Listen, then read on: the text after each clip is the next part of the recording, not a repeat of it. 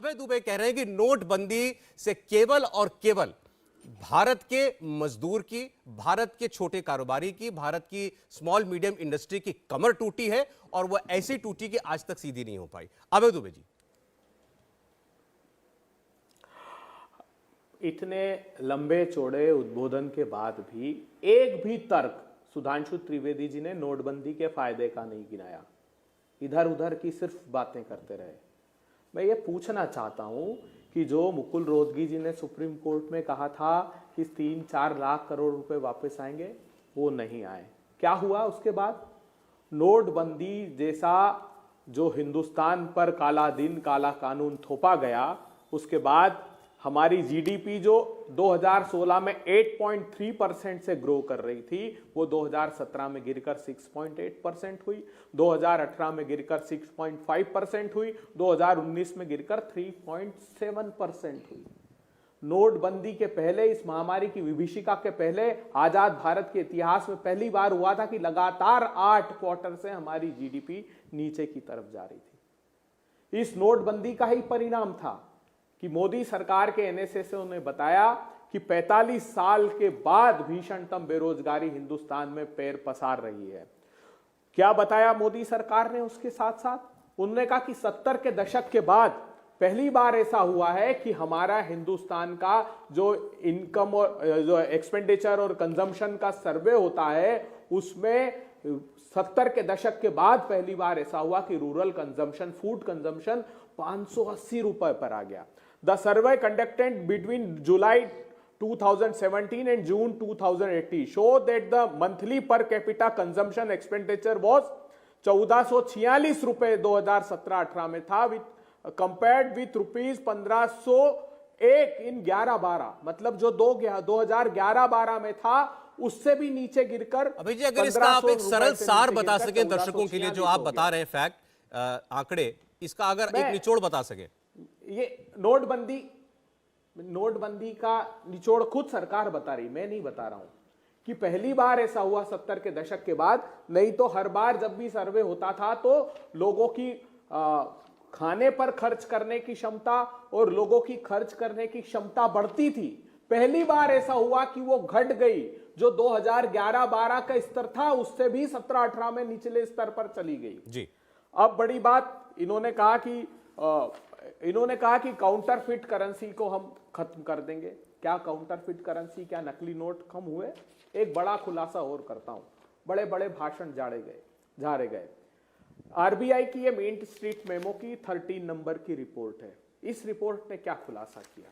उस रिपोर्ट ने ये जो एमएसएमई को क्रेडिट की बात कर रहे थे ना, वो क्रेडिट ग्रोथ की बात कर रहे थे, वो क्रेडिट ग्रोथ भी 56 साल के सबसे निचले स्तर पर आई थी उस साल के बाद, जो 17-18 में, 18-19 में जब आरबीआई ने अपना स्टेटमेंट जारी किया। आरबीआई की मेन स्ट्रीट मेमो की रिपोर्ट कहती है कि जो the sector has witnessed 2 major recent shocks. गौर से सुनिएगा।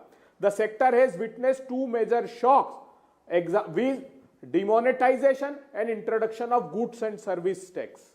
वो ये कह रहा है कि सबसे एडवर्स इफेक्ट, सबसे बुरा प्रभाव स्मॉल एंड मीडियम इंडस्ट्री पर पड़ा। 60 लाख छोटे और मझोले उद्योग स्थायी रूप से हिंदुस्तान में बंद हो गए। ठीक है। उनकी क्षमता, जिसका की एक्सपोर्ट में कंट्रीब्यूशन 45% है, जिसका मैन्युफैक्चरिंग आउटपुट 40% है, जिसमें करोड़ों लोग काम करते हैं, उस सेक्टर को पूरा तबाह कर दिया। ये बात कर रहे थे अभी खिलौने की इंडस्ट्री की, साइकिल की इंडस्ट्री की। Parliamentary standing committee on commerce की रिपोर्ट पढ़िए ना सुधांशु त्रिवेदी जी। इस बार तो $100 बिलियन का इंपोर्ट चीन से कर रहे हैं आप। आपको विचार करना चाहिए एक बार। पूरा एमएसएमई चीन से इंपोर्ट करके भी आपने तबाह कर दिया। पार्लियामेंट्री स्टैंडिंग कमेटी की रिपोर्ट कहती मोदी सरकार रिलेक्टेंट थी। मोदी सरकार ने एंटी डंपिंग ड्यूटी लगाने में चीन पर रिलेक्टेंट। एक-एक करके बात करते हैं। अभी आपने नोटबंदी और जीएसटी का जिक्र किया, उसको भी रोक, खासकर आपने एमएसएमई सेक्टर का जिक्र करते हुए कहा कि आरबीआई की रिपोर्ट खुद कहती है कि इस सेक्टर को 2 सबसे बड़े झटके लगे, एक नोटबंदी और एक जीएसटी। जी सुधांशु जी। देखिए, अभी कह रहे थे अभय जी, इतना लंबा चौड़ा भाषण और स्वयं ही क्या तथ्य में बोलते चले जा रहे हैं। इन्हीं का वाक्य कोट कर रहा हूं। इन्होंने कहा 45 साल की सबसे बुरी अर्थव्यवस्था की दौर बेरोजगारी आई, सारे दर्शकों से कहता हूं 2016 से 45 साल कब हुए? 1971। तो 1971 से 46 के बीच में सबसे बुरा दौर यह था। 1973-74 में जाकर चेक करिए, 26% महंगाई की दर, 2% ग्रोथ रेट। हमारा बैंड बच गया था उस जमाने में। 1991 सोना गिरवी रखा गया, और ये कह रहे हैं पहली बार आजादी के बाद लगातार 8 क्वार्टर नीचे गए। मान्यवर, लगातार बरसों बरस नीचे गए थे। फॉरेन एक्सचेंज रिजर्व 1 बिलियन पे आ गया था, सोना गिरवी रखा गया था। यही समस्या है। कांग्रेस के लोग कुछ भी बोलने लगते हैं और उनको लगता है कि दर्शकों को भ्रमित कर ले जाएंगे, पर आज चेक कर सकते। दूसरा इन्होंने क्या बोला?